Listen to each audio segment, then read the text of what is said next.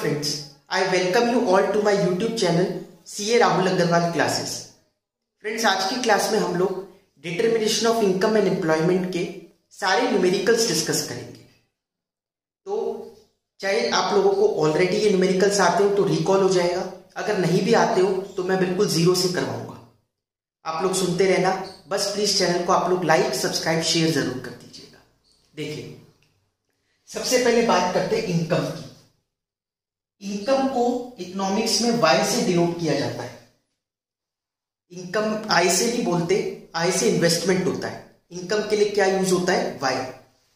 जो हमारी disposable income है, वो इनकम जिसका अब हमें सिर्फ हमने गवर्नमेंट को सब टैक्स वैक्स दे दिया, उसके बाद जो हमारे पास लास्ट में इनकम बची, जो कमाई बची, उसका हम क्या करेंगे? या तो खर्च करेंगे या नहीं करेंगे। यही दो चीज हो सकती है।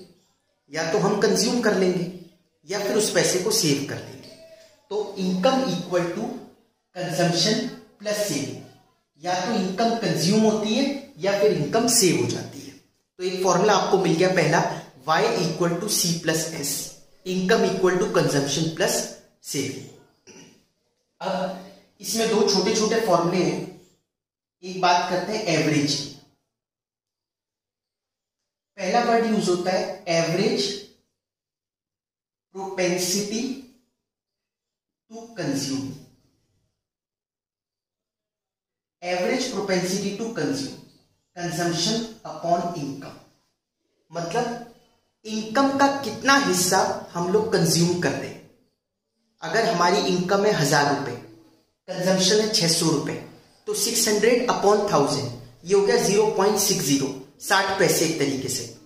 तो एवरेज प्रोपेंसिटी टू कंज्यूम क्या बता रहे हैं कि उसकी 1 रुपए की इनकम में वो कितने पैसे कंज्यूम करता है? 60 पैसे।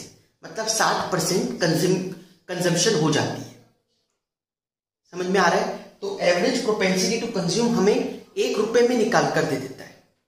जैसे अगर किसी की इनकम है 500 रुपए, वो कंज्यूम कर रहा है 400, तो 400 अपॉन 500, तो ये हो गया 0.80। मतलब 1 रुपए में 80 पैसे वो खर्च करता है। ऐसे इसका नेक्स्ट है एवरेज प्रोपेंसिटी टू सेव। इसका फॉर्मूला हो गया सेविंग अपॉन इनकम। अगर 1000 रुपए की इनकम में वो 600 रुपए कंज्यूम कर रहा है, तो बचे 400 क्या कर रहा है? सेव कर रहा है। तो 400 अपॉन 1000, 0.40, 1 रुपए में 40 पैसे को सेव करना। समझ में आया ये फॉर्मूला? ठीक है, मैं कोशिश करूंगा वीडियो जितनी छोटी हो पाए और सारे फॉर्मूले डिस्कस हो। तो सिर्फ फॉर्मूले पे बात करेंगे, इधर उधर नहीं जाएंगे, कोई डेरिवेशन वगैरह में नहीं जाएंगे ज्यादा। तो average propensity to consume formula हो गया। एक नेक्स्ट फॉर्मूला बताया सी अपॉन वाई। इसको एपीसी भी बोला जाता है। APC equal to C by Y. इसको एवरेज प्रोपेंसिटी टू सेव को एपीएस भी बोलते हैं। APS equal to S by Y. समझ में आ गया? तो ये फॉर्मूले हो गए। अच्छा, नेक्स्ट चीज इसमें क्या है? मैंने जब कहा income equal to consume plus saving, consumption plus saving, अगर हम इस पूरे 1 को डिवाइड 1 बाय इनकम, पूरे को y से डिवाइड कर दे इस इक्वेशन को, तो बचेगा क्या? y अपॉन y तो 1 हो गया। ये हो गया c upon y plus s upon y। अब c अपॉन y मतलब एपीसी और s अपॉन y मतलब एपीएस। तो एक और फॉर्मूला मिल गया हमें, APC plus APS equal to 1। APC plus APS equal to 1। और वैसे भी इनकम में अगर 600 रुपए हम कंज्यूम कर रहे हैं, तो 400 सेव ही तो करेंगे। तो 1 रुपए में अगर 60 पैसे कंज्यूम हो रहे हैं, तो 40 पैसे क्या हो रहे होंगे? सेव। तो इसी वजह से APC plus APS equal to 1 ही होगा। देखिए, इसमें एक चीज इंपॉर्टेंट है। क्या? वैसे तो मैंने कह दिया कि APC plus APS equal to 1 होता है, बट आप ध्यान रखना APC can be greater than 1, और फिर ये क्या हो जाएगा? नेगेटिव हो जाएगा। ये बात ठीक है कि एपीसी प्लस एपीएस 1 के बराबर होगा, लेकिन कई बार एपीसी 1 से बड़ा भी हो सकता है। ये कब होगा? एपीसी का फॉर्मूला क्या है? सी बाय वाई। आंसर 1 से बड़ा कब आएगा? जब न्यूमिनेटर बड़ा हो, डिनोमिनेटर छोटा हो। मतलब कंजम्पशन ज्यादा हो किससे? इनकम से। क्या ये हो सकता है कि इनकम तो उसकी 1000 रुपए की, कंजम्पशन वो कर रहा हो 1100 रुपए? हो सकता है, क्यों नहीं कर सकता? अब जब किसी की इनकम लेवल इतनी कम है, उसका इनकम लेवल बहुत कम है और उसको एक सरवाइव करने के लिए कुछ ना कुछ तो खाना पड़ेगा, इनकम नहीं भी कमा रहा कुछ खाना तो पड़ेगा ही, तो वो क्या करेगा? डिश सेविंग करेगा। आप लोगों ने 10th क्लास में की इकोनॉमिक्स में मिनिमम कैलोरी रिक्वायरमेंट वगैरह पढ़ी है ना, कि एक आदमी को सरवाइव करने के लिए कितनी कैलोरीज चाहिए, अर्बन में अलग होती है, रूरल में अलग होती है। तो वो कैलोरी इनटेक, अगर हम इनकम की बात मतलब कंजम्पशन के पैसों में बात करें, तो एग्जांपल लेते हैं कि उसको 1100 रुपए का खर्चा करना ही पड़ेगा बेचारे को, बट उसकी इनकम सिर्फ कितनी है? 1000 रुपए, तो कंजम्पशन ज्यादा हो गई। इस केस में सेविंग कितनी होगी? -100, क्योंकि इनकम कंजम्पशन प्लस सेविंग करके आता है। इनकम 1000 है, कंजम्पशन 1100, तो सेविंग हो जाएगी -100 रुपए। मतलब जो पहले सेव कर रखा था पैसा, उससे निकालकर पैसा विड्रॉ करके उस सेविंग्स में से कंजम्पशन कर रहा है। तो APC can be more than 1 and in that case APS will be negative. समझ में आ गई ये चीज? नेक्स्ट हम चलते हैं मार्जिनल पर। मार्जिनल का मतलब होता है चेंज कितने का आ रहा है। ठीक है, हम एक एग्जांपल लेते हैं, जैसे अर्लियर नाउ, पहले किसी की इनकम थी 1000 रुपए की और अब हो गई उसकी इनकम 1500 रुपए की। कंजम्पशन पहले करता था 600 रुपए की और अब उसने कंजम्पशन कर दी 900 रुपए की। ठीक है, तो देखिए 1000 से 1500 हो गई इनकम और कंजम्पशन हो गई 600 से 900 रुपए की। अब क्या करेगा? अगर हमें निकालना है मार्जिनल प्रोपेंसिटी टू कंज्यूम, इसका फॉर्मूला होता है change in consumption upon change in income. ठीक है, ये नया फॉर्मूला मैंने बताया। अभी तक हमने कितने फॉर्मूले डिस्कस करे? y equal to C plus S, APC equal to C by Y, APS equal to S by Y, APC plus APS equal to 1। Next formula है MPC equal to change in C upon change in Y. देखो consumption में कितना change आया divided by income में कितना change आया। Consumption कितनी बदली उसकी? 500 रुपए की। सॉरी, कंजम्पशन कितनी बदली उसकी?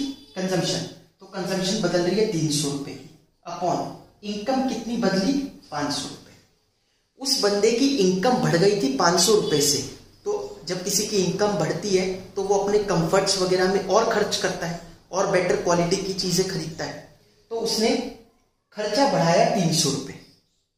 300 अपॉन 500, ये हो जाएगा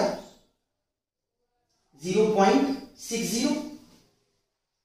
ठीक है, इसका मतलब अगर एमपीसी 0.60 है का इसका मतलब क्या हुआ कि अगर किसी की 1 रुपए की इनकम बढ़ रही है तो वो उसमें से 60 पैसे कंजम्पशन में लेके जा रहा है और 40 पैसे सेविंग में लेके जा रहा है। समझ में आया? 60 पैसे कंजम्पशन में लेके जा रहा है और 40 पैसे सेविंग में लेके जा रहा है। MPC equal to change in C upon change in Y. ऐसी अगर हमें निकालना हो एमपीएस, तो एमपीएस का फॉर्मूला हो गया change in saving upon change in income. ये नेक्स्ट फॉर्मूला हो गया।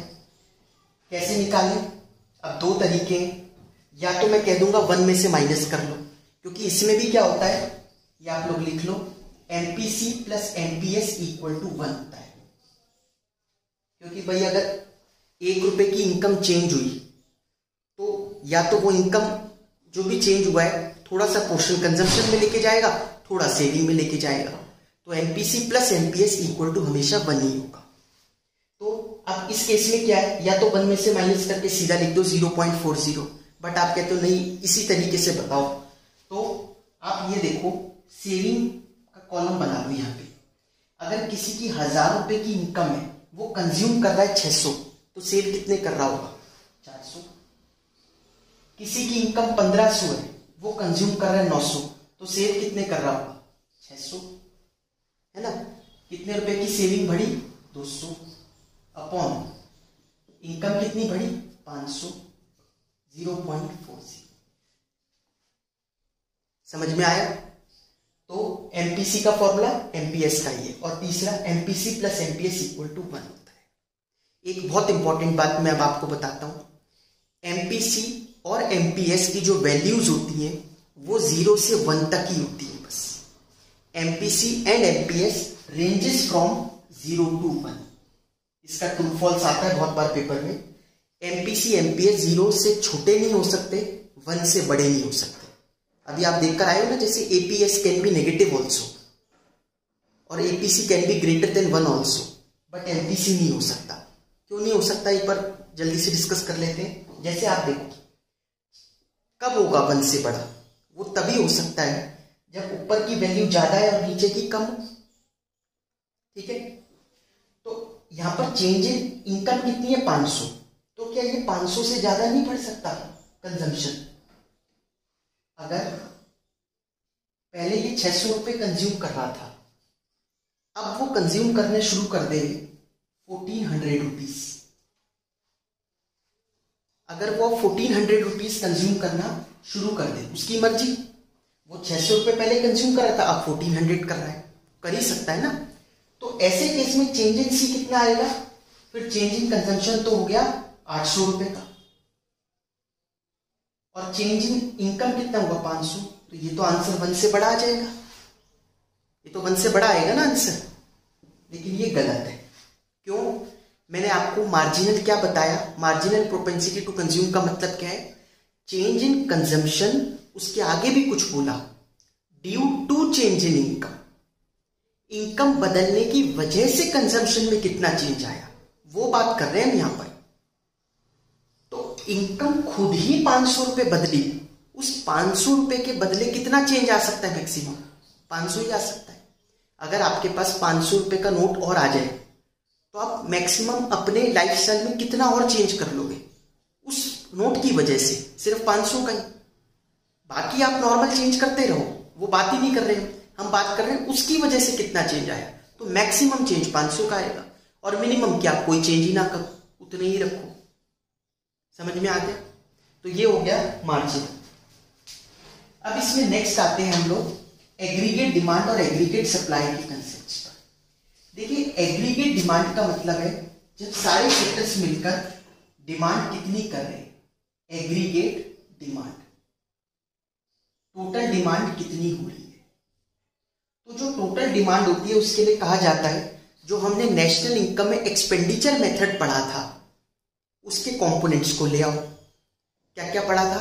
Government final consumption expenditure, private final consumption expenditure, gross domestic capital formation और नेट एक्सपोर्ट्स। ये 4 कंपोनेंट होते हैं एक्सपेंडिचर मेथड के नेशनल इनकम निकालने में।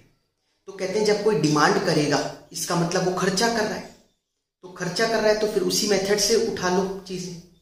बट यहां पर फॉर्मूले में हम एक एजम्पशन लेते हैं, क्या?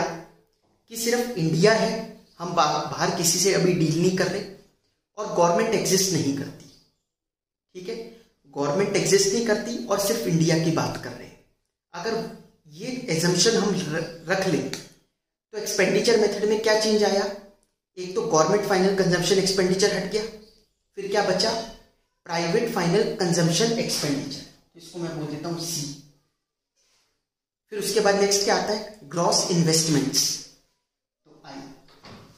एक्सपोर्ट्स होगा नहीं, ठीक है ना, एक्सपोर्ट्स तो हो नहीं सकता क्योंकि हम कह रहे हैं सिर्फ इंडिया की बात कर रहे हैं। तो एग्रीगेट डिमांड का फॉर्मूला हो गया सी प्लस आई। आया समझ? नेक्स्ट एग्रीगेट सप्लाई, तो मैं इसको ऐसे लिख देता हूं आपको याद फॉर्मूले की तरह, AD equal to C plus I. बात करते हैं एग्रीगेट सप्लाई। एग्रीगेट सप्लाई मतलब टोटल मार्केट में सप्लाई कितनी हो रही है, एग्रीगेट। तो कितनी सप्लाई होगी, जितनी भी हम सप्लाई करेंगे उससे क्या बनेगा? इनकम। इस वजह से कहा जाता है एग्रीगेट सप्लाई बराबर है इनकम के। हो सकता है आपको डाउट आए कि सारी इनकम कैसे हो सकती है। इनकम तो हो ही सकती है, प्रॉफिट नहीं हो सकता। भाई अगर 1 लाख रुपए का सामान हमने बेचा तो कितनी इनकम होगी? इनकम तो पूरी 1 लाख ही होगी। हाउस ओनर का प्रॉफिट 1 लाख नहीं होगा क्योंकि उसमें वो खर्चे भी तो माइनस करेगा। उसके बाद जो बचेंगे वो प्रॉफिट कहलाएगा। तो मैं प्रॉफिट की बात ही नहीं कर रहा, मैं कह रहा हूं aggregate supply equal to income. जितनी सप्लाई करेंगे वो सब क्या बन जाएगी, उसकी इनकम। समझ में आया? अब ये जो उसकी इनकम होगी ये अलग अलग लोगों की इनकम बनेगी। मतलब जैसे अभी मैंने बताया कि 1 लाख रुपए तो आ गए, बट 1 लाख में सारा प्रॉफिट उसका नहीं है। हाँ नहीं है तो वो कहीं और देगा। किसको देगा? फैक्टर्स ऑफ प्रोडक्शन में बांटेगा। लैंड, लेबर, कैपिटल पर पैसा खर्च करेगा। लैंड मतलब रेंट पे कर सकता है, लेबर मतलब सैलरी वेजेस वगैरह पे कर सकता है। तो उन लोगों को पैसा मिलेगा ना इसका। तो मतलब ये इनकम अलग लोगों की इनकम बन जाएगी। किसी के लिए सैलरी, किसी के लिए वेजेस, किसी के लिए रेंट। तो वो इनकम मेथड वाली बात आ गई। तो ये इनकम बन गई। अब ये इनकम है तो इनकम ही है, किसी भी तरीके से हो। ये इनकम अभी थोड़ी देर पहले डिस्कस किया था, या तो इनकम को हम कंज्यूम करते या फिर सेव करते। तो this is also equal to C plus S। तो एग्रीगेट सप्लाई का फॉर्मूला हो गया इक्वल टू Y या AS equal to C plus S। समझ में आया?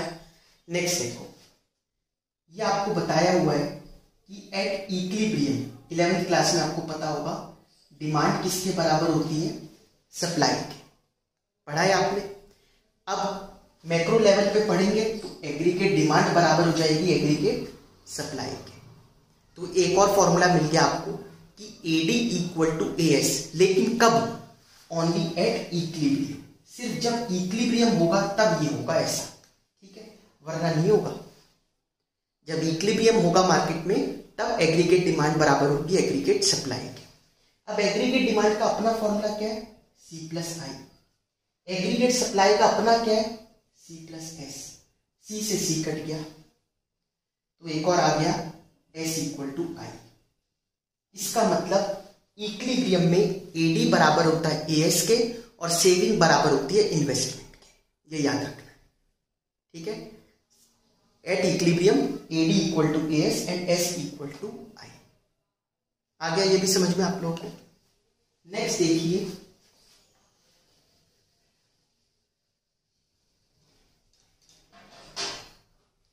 टोटल कंजम्पशन निकालने के लिए अब हम बात करते हैं कंजम्पशन की इक्वेशन की। मैंने थोड़ी देर पहले आपको बताया था average propensity to consume can be more than 1 also. कब?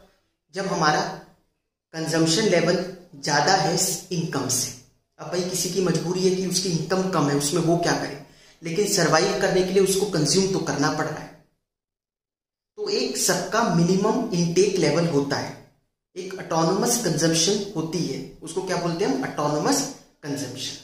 तो टोटल कंजम्पशन कैसे निकलती है, C बार, ये C पर बार मतलब ये फिक्स हो गया, ये कांस्टेंट हो गया कि इतनी कंजम्पशन तो है ही उसकी, प्लस BY, ये तो है टोटल कंजम्पशन, कि हमारी टोटल कंजम्पशन कितनी हो रही है। ये हो गया ऑटोनोमस कंजम्पशन, ठीक है, एक फिक्स लेवल इनकम का। B मतलब क्या होता है, मार्जिनल प्रोपेंसिटी टू कंज्यूम। ये इंपॉर्टेंट बात है, मार्जिनल प्रोपेंसिटी टू कंज्यूम, ये कहलाता है MPC। ये जो B है ये है मार्जिनल प्रोपेंसिटी टू कंज्यूम, जो अभी डिस्कस किया था। इसको मल्टीप्लाई किससे करना है, Y से। Y तो आपको पता ही है, ये क्या होता है, इनकम। तो C equal to C bar plus BY। C bar मतलब autonomous consumption plus B MPC multiply हो रहा है इनकम से। अगर आपको इसको समझना हो तो टोटल कंजम्पशन मतलब इतनी तो है ही, प्लस जैसे जैसे इनकम बढ़ेगी वैसे वैसे पूरी इनकम तो नहीं डाल देंगे हम कंजम्पशन में, वो पैटर्न होगा उसका कि इनकम जैसे जैसे बढ़ती है उसका कितना पोर्शन वो कंजम्पशन की तरफ शिफ्ट करता है, इसलिए मल्टीप्लाई कर रहे हैं MPC से, ठीक है। अब इसी से ही निकलकर आता है saving equal to minus C bar plus 1 minus BY। इसकी डेरिवेशन मैं दिखाना नहीं चाह रहा पूरी, मतलब कैसे निकलेगी, Y equal to C plus S होता है, C में ये वाली पुट कर दो, इधर उधर ले जाके आप लोग ये निकाल दोगे कि saving equal to minus C bar plus 1 minus BY। माइनस C बार वही ऑटोनोमस माइनस में, क्योंकि वो डिससेविंग हो जाएगी, प्लस 1 माइनस बी, ये 1 माइनस बी का मतलब हो गया एमपीएस। कैसे भाई, जब बी एमपीसी है तो एमपीसी प्लस एमपीएस तो वैसे ही 1 होते हैं, तो 1 माइनस एमपीसी करा तो क्या आ गया एमपीएस इंटू वाई, तो S equal to minus C bar plus 1 minus B Y. आया ये भी समझ में आप लोगों को। नेक्स्ट फॉर्मूला देखिए, इन्वेस्टमेंट मल्टीप्लायर। इन्वेस्टमेंट मल्टीप्लायर क्या कहता है,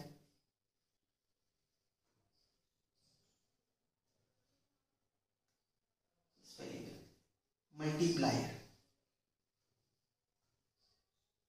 इन्वेस्टमेंट मल्टीप्लायर में क्या होता है, अगर हमने कोई खर्चा करा, ठीक है, अगर हमने किसी से, ए ने बी से 1000 रुपीज का कुछ सामान परचेज करा, ठीक है, कोई भी कैपिटल एक्सपेंडिचर करा, जैसे कि कोई मशीन खरीदी 1000 रुपए की, आपका 1000 रुपए की मशीन नहीं आती, 1000 करोड़ कर दो कोई बात नहीं, तो इसने खरीदी बी से। अब इसके बाद क्या होगा, बी की इनकम कितनी बढ़ गई 1000 रुपीज से, बी की इनकम कितनी बढ़ गई 1000 रुपीज। अगर मार्जिनल प्रोपेंसिटी टू कंज्यूम है 0.60 या 0.80 ले लो, 0.80, मतलब 1 रुपए की इनकम बढ़ती है तो कंजम्पशन कितनी बढ़ती है 80 पैसा, तो 1000 रुपए की उसकी इनकम बढ़ी।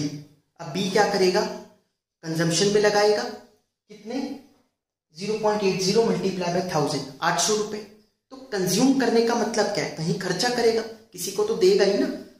कंज्यूम करने के लिए तो नहीं है कि नोट खा जाएगा, मतलब किसी को देगा तभी जाकर वो कंजम्पशन का उसका जो पर्पस है वो सॉल्व होगा। तो बी ने हो सकता है खर्चा किया हो और सी को दिए हो, ये जरूरी नहीं है सी को ही दिए हो सकता है न्यूमरस लोगों को दिए हो, 4-5 लोगों को मिला के दिए हो, हम एग्जाम्पल के लिए कर रहे हैं। उसने सी को दी है तो सी की इनकम कितनी बढ़ गई, सी की इनकम बढ़ गई 800 रुपए से। देखो पैसे सिर्फ इसने लगाए थे, इसकी इनकम बढ़ गई 1000 रुपए, उसी पैसे से, पैसे तो वही वाले चल रहे हैं, उसी पैसे को उसने आगे दिया तो इसकी इनकम भी बढ़ गई, कितने से 800 रुपए से। ऐसे ये कंज्यूम करेगा, फिर ये किसी पे खर्च करेगा तो दूसरे की इनकम कितनी बढ़ जाएगी 640 रुपीज से। तो एक बंदे के इन्वेस्ट करने की वजह से कितने लोगों की इनकम बढ़ गई। तो इससे इसलिए कहा जाता है ज्यादा से ज्यादा जब मार्केट में पैसा होगा, इन्वेस्टमेंट होगी, तो इन्वेस्टमेंट होने से लोगों की इनकम बढ़ती है, नेशनल इनकम देश की बढ़ती है, पैसा सर्कुलेट होता है मार्केट में। और अगर हमारा एमपीसी कम होता, एमपीएस ज्यादा होता, हम कंज्यूम नहीं कर रहे सेव कर रहे हैं, तो पैसा ब्लॉक हो जाता बी के पास ही।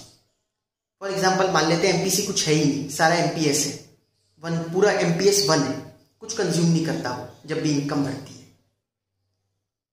ठीक है, जितनी उसकी इनकम कंजम्पशन पहले थी बस उतनी ही रखता है, वो कोई चेंज नहीं लाता अपनी इनकम में।